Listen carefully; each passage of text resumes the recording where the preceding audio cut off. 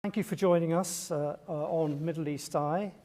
It's our pleasure today to be speaking with the Prime Minister of Pakistan, Imran Khan. Prime Minister, have we reached an inflection point in world history with the departure of the US from Central Asia? Will the region now pivot towards China as the investor and de facto security umbrella? David, it's too early to say, right now, events in Afghanistan are still evolving. People like us don't know where it's going to go. But the US presence no longer there. There's obviously going to be a vacuum. Who's going to fill it? China is obviously the emerging power. But the way we look at it is that, and having spoken to all the regional countries surrounding Afghanistan, everyone thinks that this is a great opportunity because Afghanistan is the trade corridor between all our countries. Central Asian countries connected to Pakistan and the Indian Ocean through Afghanistan. It's a very important country in that way. And what we would really like is that it's no longer either you're in US camp or China camp. I feel that it should be what this whole region needs, economic ties, economic connectivity. That's what we are looking for. Which brings us on very quickly to the issue of sanctions, which are being talked about. Perhaps you could talk, what is your view on that? And give us a sense, as the neighbouring country knows more than anyone else, what is the situation on the ground in Afghanistan at the moment? Well, 20 years of civil war, devastation in Afghanistan. Basically, the government only functioned in the cities. Rural areas were more or less controlled by the Taliban. So now you have a situation, Taliban have taken over. Now, I would imagine there is a lot of, when you come into power after 20 years, in our case, we came into power after 22 years, you have a lot of problem dealing with people who have given a lot of sacrifices, or different sacrifices for my party, but in their case, with blood. Now, they would want to get placement in the hierarchy of the government. And yet the government is clearly trying to get international acceptability. So it wants an inclusive government. It talks about human rights and not allowing its soil to be used for terrorism by anyone. And I think this is where the world, it's a critical point for Afghanistan. The world must engage with Afghanistan. Because if it pushes it away, within the Taliban movement, I would imagine there would be hardliners. And so it can easily go back to the Taliban of 2000, 20 years ago. And that would be a disaster. Because 20 years of the NATO presence, $2 trillion down the drain, hundreds and thousands of people dead. And if it reverts back to that sort of crisis, chaos there, fertile ground for terrorists like ISIS, which is actually a real worry for all of us, especially for Pakistan. I think that it would be a total waste. It would be, what has the US got to show after that 20 years? So therefore, a stable Afghanistan government, which can then take on ISIS, and believe me, Taliban are the best bet to get rid of ISIS. That is the only option left. Isolating them, sanctioning them is going to, apart from anything else, apart from the chaos, it is going to be such a huge humanitarian crisis. Half the population is below the poverty line. The UN thinks that by next year, 95% of the population will go below the poverty line. The government only depended, 75% of the government budget was foreign aid. So if they leave them like this, my worry is it could easily revert back to 1989 when the Soviets left and the US left. And 200,000 Afghans died in that chaos. And that's where Taliban emerged, in that chaos. So I think it's a critical time, and the US has to sort of really pull itself together, because people in the United States are in a state of shock. It seems that they were imagining some sort of a democracy or nation building or liberated women, and suddenly they find Taliban back, and I don't think they have sort of found their feet as yet. There's so much anger and shock and surprise, but unless the U.S. takes the lead, we are worried here that chaos in Afghanistan, we are the country which will be affected more after that. What did President Biden say when you put these points to him, as I imagine you will have done? No, I haven't spoken to President Biden as yet. You haven't spoken to President Biden? Well, it's up to him. It's a superpower. You're the next door neighbour to Afghanistan. They've just spent it's in the situation you say. Whether the Americans like it or not, you have an immense influence on the country. And President Biden has not spoken to you. I find that absolutely astonishing. Our security chiefs have spoken. Our foreign minister has been in touch with the U.S. Foreign Secretary. But no, we haven't spoken. But we are in touch. All these things we have spoken to the U.S. that look. Are they listening to you? I think, at the moment, as I say, just watching the Senate hearing, there's shock in the U.S. They can't believe what has happened. They can't, because they were obviously misled. They were being told that democracy was coming and women are being liberated and this nation building and so on. They can't believe that Taliban are back in power, and most of all, that the billions of dollars spent on the Afghan army 300,000 Afghan army gave up without a fight. That's what they can't understand, because they were never given an accurate picture. I went to the US in 2008 and I spoke to the think tanks. Then there was Senator Biden and Senator John Kerry and Harry Reid. I spoke to them. I said, there will be no military solution. This is a quagmire. They talked about Iraq at the time. This was a much bigger quagmire. They didn't know the history of Afghanistan. So our army chief 2 years later went, General Kiani, he said the same thing to President Obama. He said, you're going to leave a big mess, we will have to deal with it, and you will not have a military solution. But unfortunately, I think they were led by the generals. And you know what the generals always say, what they've always said, give us more troops and we'll win, and more time. How do you assess how the Taliban have behaved since gaining power? I think, David, we have been so relieved, because we expected a bloodbath, and always when there's a civil war, a puppet government backed by foreigners like Soviets, like before them the British in the 19th century. When the Soviets left, there was a bloodbath. And we were fearing that in Kabul, when the Taliban came and, we thought there would be bloodletting of the sort of what happened after 1989. So it was peaceful transfer of power. So that was the best thing that happened. But also we felt that, we would be blamed for this. But because 300,000 troops surrendered without a fight, clearly we didn't tell them to surrender without a fight.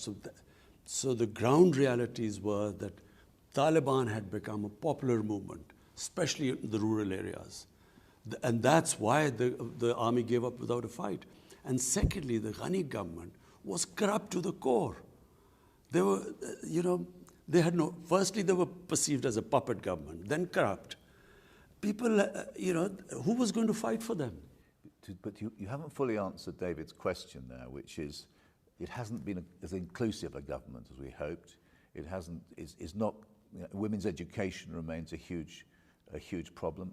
I mean, the future of women's cricket in Afghanistan, that lovely success story of Afghan cricket, and yet women's cricket doesn't seem to have a role. I mean, these are very serious things, and these are being watched in the West because people are saying. I mean, it's been weaponized, if you like, but it's also true, isn't it, that if you are an Afghan woman, your rights have gone back 10 years, 20 years? Two things separately. Number one, is it an inclusive government? Not right now, but Taliban have so far stated that it's a transitory government and they want to include other people. What they have stated is that they will not include anyone from the former regime of Ghani. And really, they need an inclusive government because Afghanistan is a diverse society. It has mainly Pashtun, 50%, then there's huge Tajik minority. And I have tried my best with the Tajikistan president somehow to get them together. Then there are Uzbeks there, and Uzbekistan is trying to sort of get them together. So the neighbors are interested that they all form an inclusive government, so it's a stable government. About women's, please remember, Kabul, the women always had, the culture in Kabul for women was different to the rural areas. In the rural areas, women's lives hasn't changed. This is how they lived, it's a culture. It'll probably take time to evolve. The main issues in Kabul itself. And Kabul, if you went there 50 years ago, the Kabul culture was different to the rest. Now, my contention is that rather than forcing Taliban, to do this and include so and give the women, they have said that they will give women education. They have said that they will allow them to go to jobs. In the Islamic culture, I don't think they should be pushed to the point where there is clearly within the Taliban sort of the ground soldiers, who have a certain concept. You don't want to push them to a point because they don't have such clear leadership who can order them. And so I would imagine they would have problems from within. So give them time. They have made the right statements. We have no other option. What else are we going to do? If we sanction them, there's going to be the biggest humanitarian crisis in Afghanistan. Chaos there. So the best is to incentivize them to walk the talk, what they're saying, incentivize them. But if you force them, I would imagine the nature of the people is such that they will push back and they will, it will be counterproductive. Can I move on to the Pakistan Taliban, the TTP? I mean, on the flight over, I was rereading your wonderful book you wrote 7 or 8 years ago, Pakistan, in which you made the observation that once the Americans left, that was basically the cause of the instability, and then things would settle down naturally. The Americans have left, but have they settled down naturally? The TTP is a problem in Pakistan now, isn't it? It hasn't been solved by the departure of the Americans. Well, let's put it in perspective. What was TTP?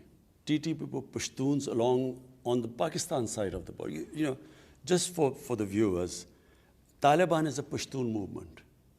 There are about 45 to 50% Pashtuns in Afghanistan. On the Pakistan side of the Durand Line, which was made by the British, are twice as many Pashtuns.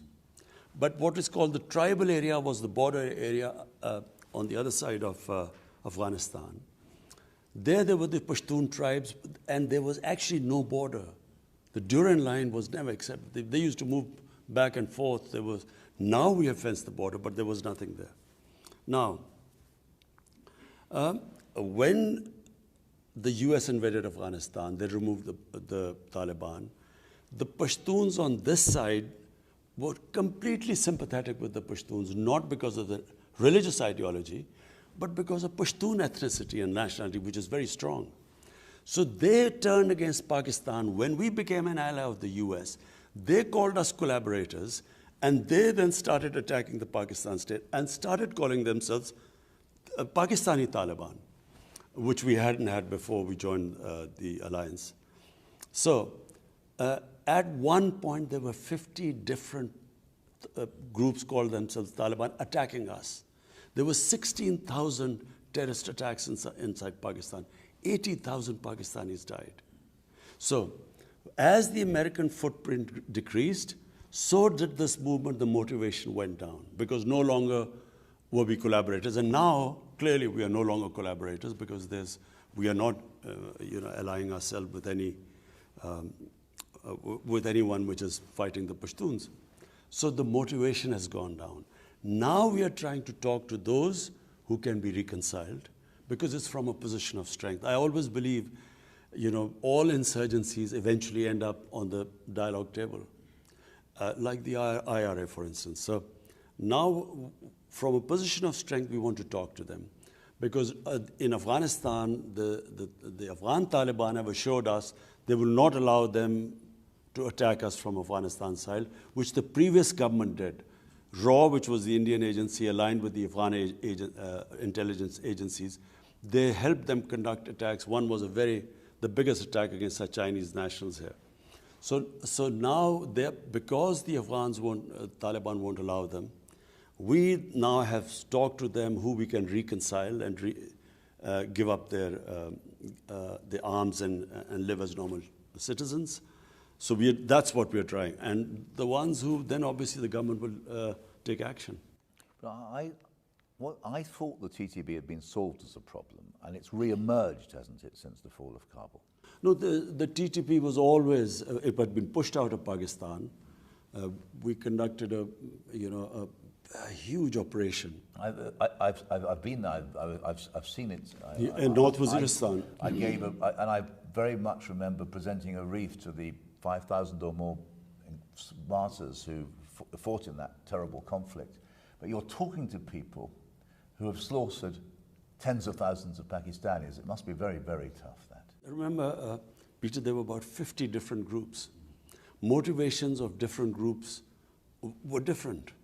A lot of these TTP were because of the collateral damage. In the Pashtun culture, in the code of honor, if a family member is killed by someone, they have to take revenge. And to take revenge, they used to join the other side. And there were 480 drone attacks in our tribal areas. Imagine the collateral damage that caused. And secondly, the military operations in our tribal area. Whenever army goes into civilian areas, there's collateral damage. In my opinion, in Afghanistan, the Afghan Taliban, one of the Afghan ambassadors told me here, he said most of the Taliban in Afghanistan who became Taliban were because of the collateral damage, night raids, aerial bombardment. Exactly the same situation was here. What is your view of the American use of drones now in Afghanistan? I think it is the most insane way of fighting terrorism. How do you, doing a drone attack in a village, mud huts, and expecting that there won't be other casualties. And a lot of times the drone attacks targeted the wrong people on wrong information. As we saw immediately after the fall, that terrible event immediately after the liberation or the fall, how you carried it. Well, Peter, one of the reasons which sparked off, there were two attacks which sparked off insurgency, so-called Pakistan Taliban. One was in 2004 where they bombed some people who they thought were militants but were actually our own tribal people. And the next day they bombed the funeral where there were a lot of people gathering, and that's what sparked off anger there. Then they bombed, killed 80 people and said that they were all terrorists. They announced that they had killed 80 people. Turned out they had bombed a school and 80 children had been killed. So, and then a few days later, one of the parents then did a suicide attack in one of our army academies and killed 50 recruits. So this is how I've been there, yeah. And this is how it just multiplied. So, the more collateral damage, the militants grew. And exactly same thing happening, night raids, humiliations, going into people's houses, not knowing their culture, and then aerial bombardment. So the Americans say to you, can we have a base in Pakistan to launch attacks on ISIS? What will you say? I think that they don't need a base here because we do not want to be part of a conflict again. Pakistan was the biggest collateral damage of Afghanistan. By joining the US, no country paid such a heavy price as us. 80,000 Pakistanis died. Our economy was devastated. $150 billion lost to the economy. It was called the most dangerous place in the world. Cricket teams refused. Investors refused to come. Our currency lost half its value by 2008. So 3.5 million people internally displaced. We suffered because of that. And then rather than being appreciation for this, a country which had nothing to do with 9/11, which paid such a heavy price, we were actually scapegoated. Even now in the Senate hearing, they talk about Pakistani safe havens. There were 480 drone attacks. I mean, they see everything. They even spotted vehicles down there. How would they not spot these safe havens? So, I thought we were very unfairly scapegoated for, what was obviously clearly a big failure in Afghanistan. What role do you expect China to play in Afghanistan, and how would you typify Pakistan's relationship with China now? David, the Pakistan-China relationship is 70 years old. And it is probably one relationship which has stood the test of time. I mean, in all our ups and downs, China stood with us. In all different, when I'm talking about these drone attacks and the terrorism in Pakistan because we joined the US, I mean, our economy, our debt in 10 years, 2000 to 2018, it went up 4 times from the total debt accumulated till 2008. In the next 10 years, it went up 10 times. So who was the country that came to help? We were going belly up. It was China who helped us. And so therefore, our relationship in that sense, people remember, you always remember those who helped you in your difficult times. It does. Why the Uyghurs? I mean, there's no question that you are a senior Muslim leader, global, and you have been silent about what, at the very least, is a serious suppression of a Muslim minority in a neighboring country. Why is that? You see, Peter, I find these selective pronouncements on human rights, I think it is so immoral. Now, China is one neighbor, the other neighbor is India. In Kashmir, there are 900,000 troops who've put 8 million Kashmiris in open prison. They have over 100,000 Kashmiris have died since 1989. The way what they are doing in Kashmir right now, and the UN reports saying what they are doing. Not one word of criticism in India, not just that, what they're doing to the minorities in India, to the Muslims in India, Muslims in Assam, the laws they have passed. It's a total racist government. Now, what I find so... Now we're going to come... Kashmir is a very serious subject. We really want to come on to that. But Peter, I'm following from there. Now, they want us to criticize what's happening to the Uyghurs. We have spoken to China. The Chinese have given an explanation what is happening there. And our relationship with China is such that we have an understanding that between us, we will talk to each other, but behind closed doors, because that's their nature, their culture. We do not talk about it in public. But in public, all I want to say is that why is there not such indignance about what is happening in Kashmir by the same countries that want us to talk about the Uyghurs? And my second point was also Peter, that the whole Muslim world is in turmoil. You go on from Syria to Yemen to everywhere, the Muslims dying.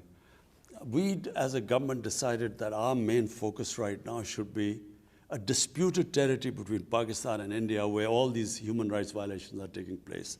Let the world take notice of that first, then we will talk about other violations of human rights. On Kashmir, the world seems to regard Kashmir as a Pakistan national interest. And you regard this as above all as a human rights issue. How can you separate the two agendas and get the world to focus on what's actually happening in India-controlled Kashmir? You see, David, Kashmir was a disputed territory between Pakistan and India, and this was confirmed by 2 United Nations Security Council resolutions, which said that the people of Kashmir will be allowed through a plebiscite under the UN auspices to decide whether they want to be part of India or Pakistan. Now, that right was never given to them. But worse, in 2019, 5th August, they had the special status until this right of self-determination was given to them. They took away the special status.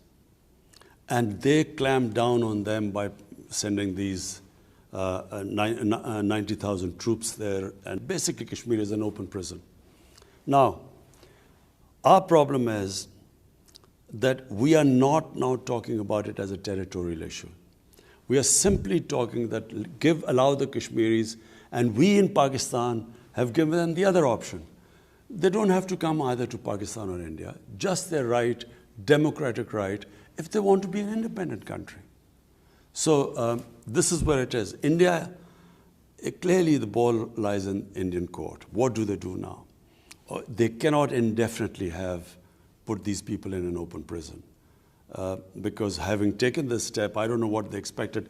They are now trying to change the demography of Kashmir by bringing settlers from outside, which was also in the constitution provision prevented this from happening, that settlers would not be allowed to settle in Kashmir. And then the Geneva Convention, it states clearly that you cannot change the demography of an occupied country. You know, until that status is clear whether they're part of India, you can't change the demography. So they're actually trying to convert them from Muslim majority to a minority. How dangerous a situation? It's been rather forgotten because so much else has been going on. But how here we have 2 nuclear powers at odds with each other, and there's fighting almost all the time, isn't there, at a low level? You know, how dangerous a situation is Kashmir? Peter, if you look at the flashpoints, probably the nuclear flashpoint right now in the world is Pakistan, India. Because nowhere else is there such a situation where there are 2 nuclear-armed countries who've had 3 wars before they were nuclear-armed. So we haven't had a war since then because of the deterrent. I think as a 13-year-old, you wanted to join up, didn't you, in 1960? I still remember. 65, yeah. I still remember that.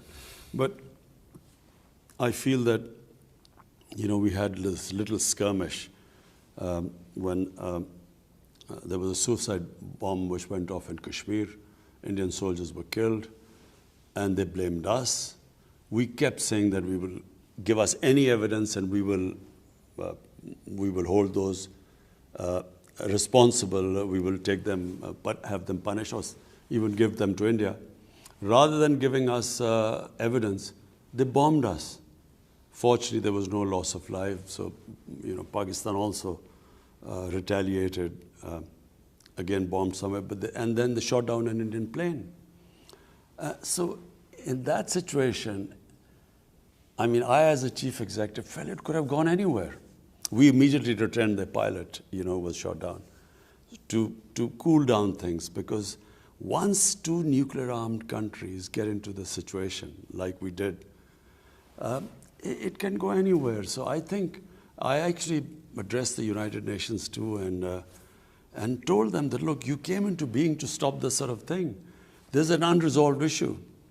It's your own Security Council resolution. In East Timor, the people were given the right. They passed a resolution. They were given a right to decide the destiny, plebiscite. They became independent. Why not Kashmir? And unfortunately, it's because of once, you know, if you're big enough, you have a huge market for other goods, that gives you the leverage actually to get away with, you know, which East Timor could not get away with. Can I ask you, all this seems incredibly familiar to Palestinians, what's happening to Indian-controlled Kashmir. It's almost as if Israel has given India the template, although that's probably a very crude way of putting it. But how dangerous is the liaison between Israel and India right now? I feel that, well, they are very close, you know. I mean, should we read anything into it that Narendra Modi visits Israel and then he comes back and clamps down on Kashmir and, you know, the events of 5th August 2019? Do we think that he got his instruction from there? Because that's what Israel has done.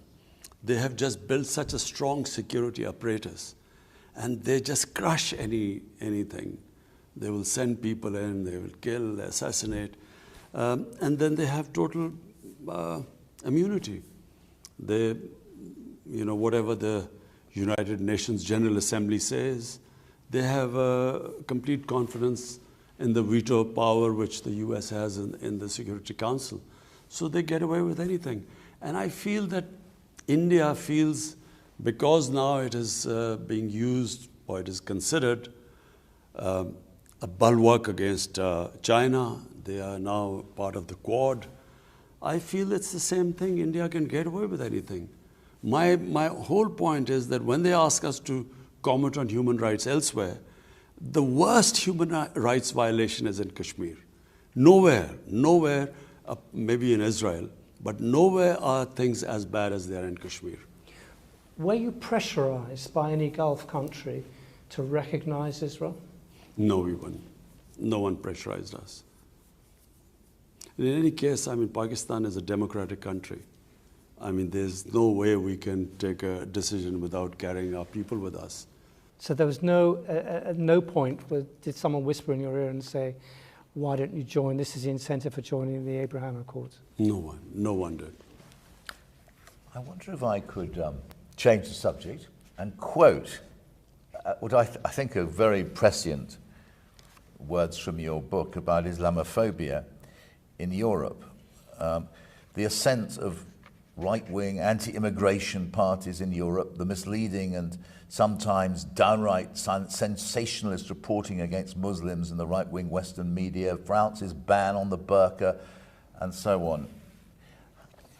Nothing's got any better, have it, as it has it over the last 7 years since you wrote those words? Peter, look, the problem is, and I blame the Muslim leadership for this too. So first, why did the Muslim leadership allow terrorism and Islam to be connected? What has Islam got to do with terrorism? Just now, this Indian variant of this COVID-19 came across, devastating the world. But the Indians said, look, don't call it Indian variant, call it Delta variant. Well, quite right, because why should sort of any virus be associated with any nation? Similarly, why should terrorism be associated with any religion? No religion would promote terrorism. I mean, so after 9/11, connecting Islam and terrorism, and then saying radical Islam, you know, as if there's some radical Islam which promotes terrorism. There is only one Islam, and that is of our Prophet Muhammad, peace be upon him. In Muslim communities, like every human community, they are moderates, they are radicals, they are liberals. I mean, if I first went to Britain, when I first went there were these guys called skinheads. They would beat up people who was a Paki. They would beat them up. Imagine if I looked upon the British societies through what the skinheads were doing. You can't define a religion or a human community by just concentrating on their extremes. So these people are like, we have our fanatics, like the gunman who walks into New Zealand walks and shoots down 50 worshippers. So when you say radical Islam, so for the man in the street in the West, how is he going to distinguish between a moderate Muslim or radical Muslim? How does he distinguish? So all Muslims become a target. This is what Islamophobia is. After 9/11, any incident happened, because I would spend more time in Britain because my children were young there, so I would go and see them. And it was like people would pray when some terrorist attack took place. Immediately the Muslims would pray, I hope it's not a Muslim, because everyone got branded. After 9/11, I never forget, this journalist called me up and he said, aren't you ashamed of being a Muslim? 1.3 billion people responsible for 19 fanatics or terrorists. I think I'm right in saying that was Martin Bashir who rang you up. Yes, not the best of the journalists, but he called me up. I was so shocked by it. So this is the problem, what has happened. What is Islamophobia? People do not realize radical Islam, moderate Islam. I mean, in the Western, how does a man in the street? So all Muslims then, and especially anyone who has a sort of symbol of Muslimness, like wearing a head cover or a beard, although by the way, beards have become quite fashionable now. I hear everyone trendy wears a beard now. But so they became targets and they got insulted. I'm not talking about people who got beaten up or, killed. I'm talking about normal people being abused in the streets in the Western countries just because they look Muslim. So I think it was very unfair. We Muslim leaders should have talked about it, de-linked Islam and terrorism. And secondly, there's this other thing which started with Salman Rushdie. People in the West do not treat religion like we do. They cannot understand the love, respect, reverence we have for our holy prophet, peace be upon him. People love him more than anything. Respect and love for him is paramount in our religion. I know how, religion is treated in the Western countries. When I went, there was this Monty Python's flying circus about Jesus Christ, Life of Brian, and I was so shocked. I had never seen anything like that. But people in the West would say that is a difference between the Muslim world. I've heard them say, and the West, i.e. the West supports free speech and Muslims don't. And But Peter, that's what I'm trying to say. So I know the difference. I know how the West treats religion. But I also know how they live their religion and the place of the Holy Prophet. They can't understand it because of their view. So it was up to us to make them understand that, look, you can write, there's so many interpretations of the life of the Prophet, Western interpretations, no one comments on it, but don't ridiculous him, don't mock him, don't insult him, which is what Salman Rushdie did, and the West didn't realize. But what he said was the most insulting thing for Muslims. It was the most, it is the most degrading thing to the things he said about our Prophet. Therefore, it was a question of we Muslim leaders should have explained to the West that, look, just like, and I quote this, Holocaust, it caused a lot of pain to the Jewish community. So, even interpretations which do not, which are not misinterpretation of Holocaust, I mean, there are countries in Europe where there's a jail sentence for that because it causes pain to them.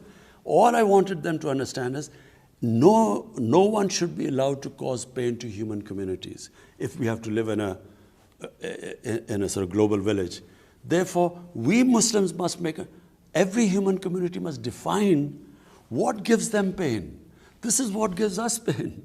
So all you have to do is not mock and ridicule and insult it, our Prophet, but their interpretations. You can write history. I read his historical books all the time by the Western writers about Holy Prophet and their interpretation, which we don't agree with, but no one objects to it.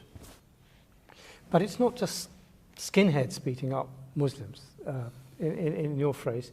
It is Emmanuel Macron using Islamophobia to outflank the extreme right in France. That's a big step up from what's happened before. You see, I feel that President Macron doesn't really understand, how is he going to deal with the Muslim community there.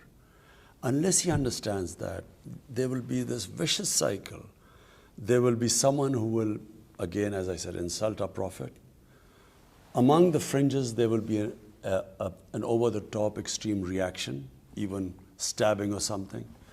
That then will raise outrage in the French society, saying, look at these people, they don't understand our freedom of expression is like our religion. They will react like that. Police will clamp down on mosques and something. They will then marginalize the Muslims more. From that marginalized community will again someone do it. So they are caught in this cycle. And to get out of it, all they have to do is, there must be an understanding that, look, if either you decide to expel all the Muslims from there like Spain did in 1492, or there must be some code of existence together. In Pakistan, we have this blasphemy law.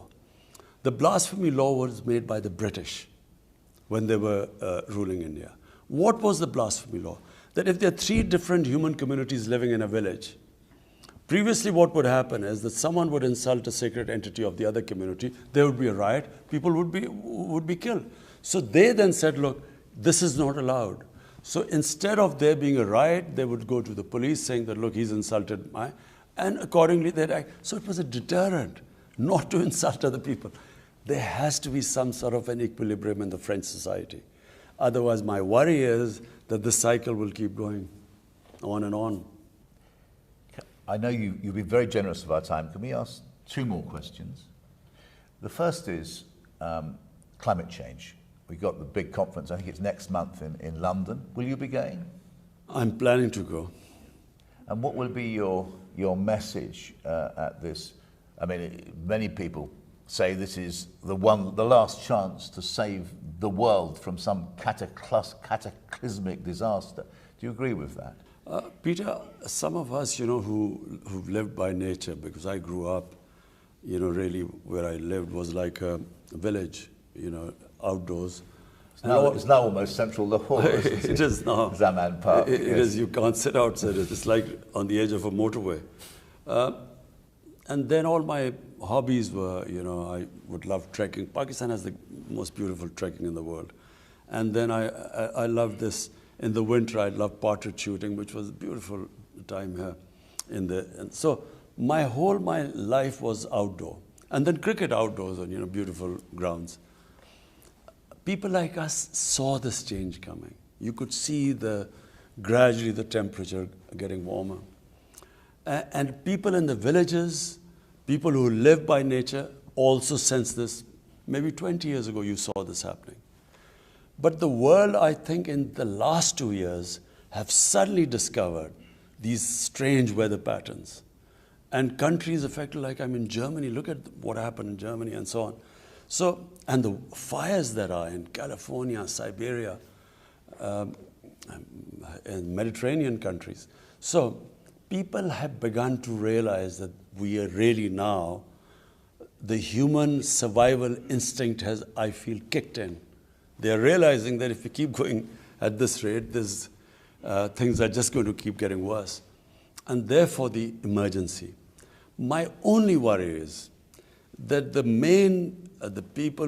countries that are responsible for these carbon emissions are the developed industrialized countries. They are the ones who are really responsible for the high percentage of emissions. But I feel that they are making the right noises, but they are not willing to take the hard decisions because it is going to be difficult. When you change to renewables, it's going to be difficult, a little painful. Already they are talking in Europe about, the gas prices going up and so on. So I think that unless and until they walk the talk, what they are saying, they then, do it. They put their money where their mouth is. It's not going to happen because when you worry about your elections, you worry about unemployment.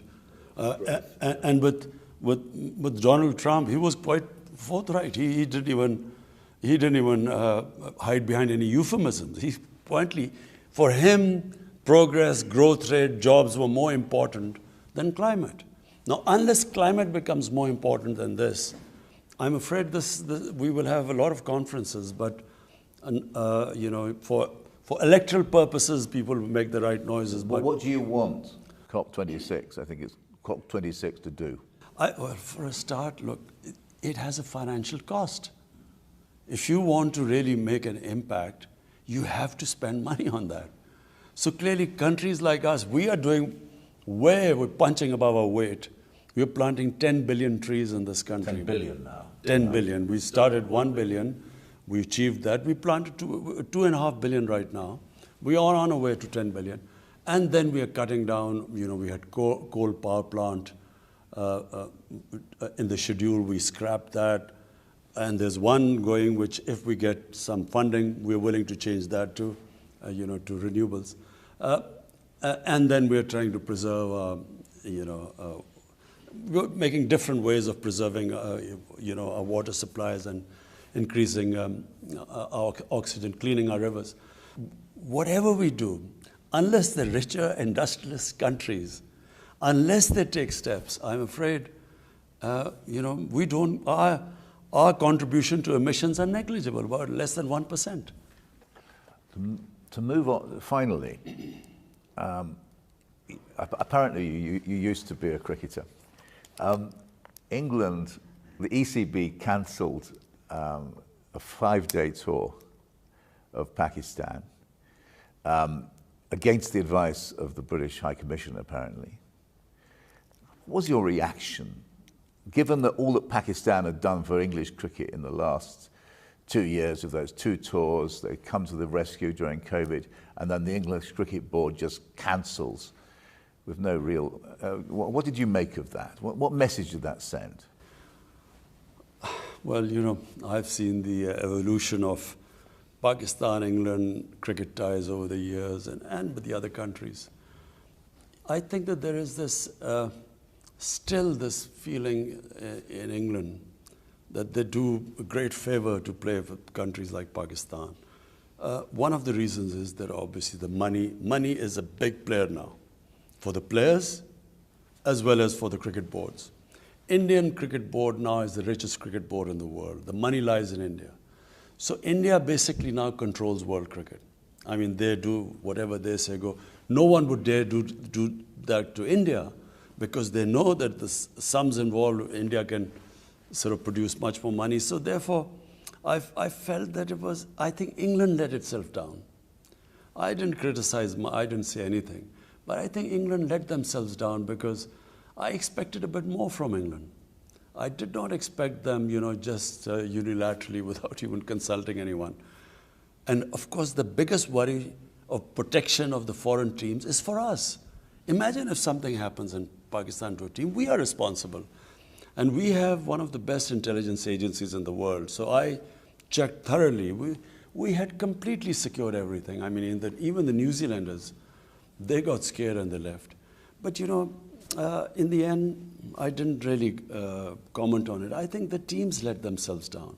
I think New Zealand let itself down by just from the stadium cancelling a tour on something which we know was a fake news which was initiated by some Indian through Singapore. We know that.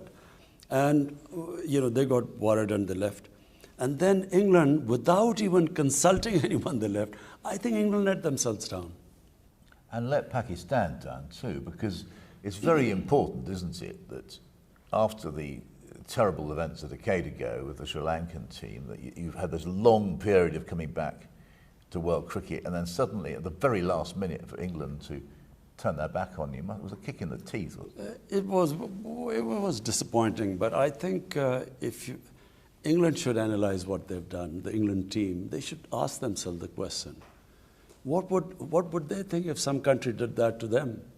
That when they were finally, and they had gone to that country in difficult times when no other team would tour, and Pakistan went to England at that time when there were COVID restrictions. And then, how would they have felt if it had happened to them? Thank you very much, Prime Minister.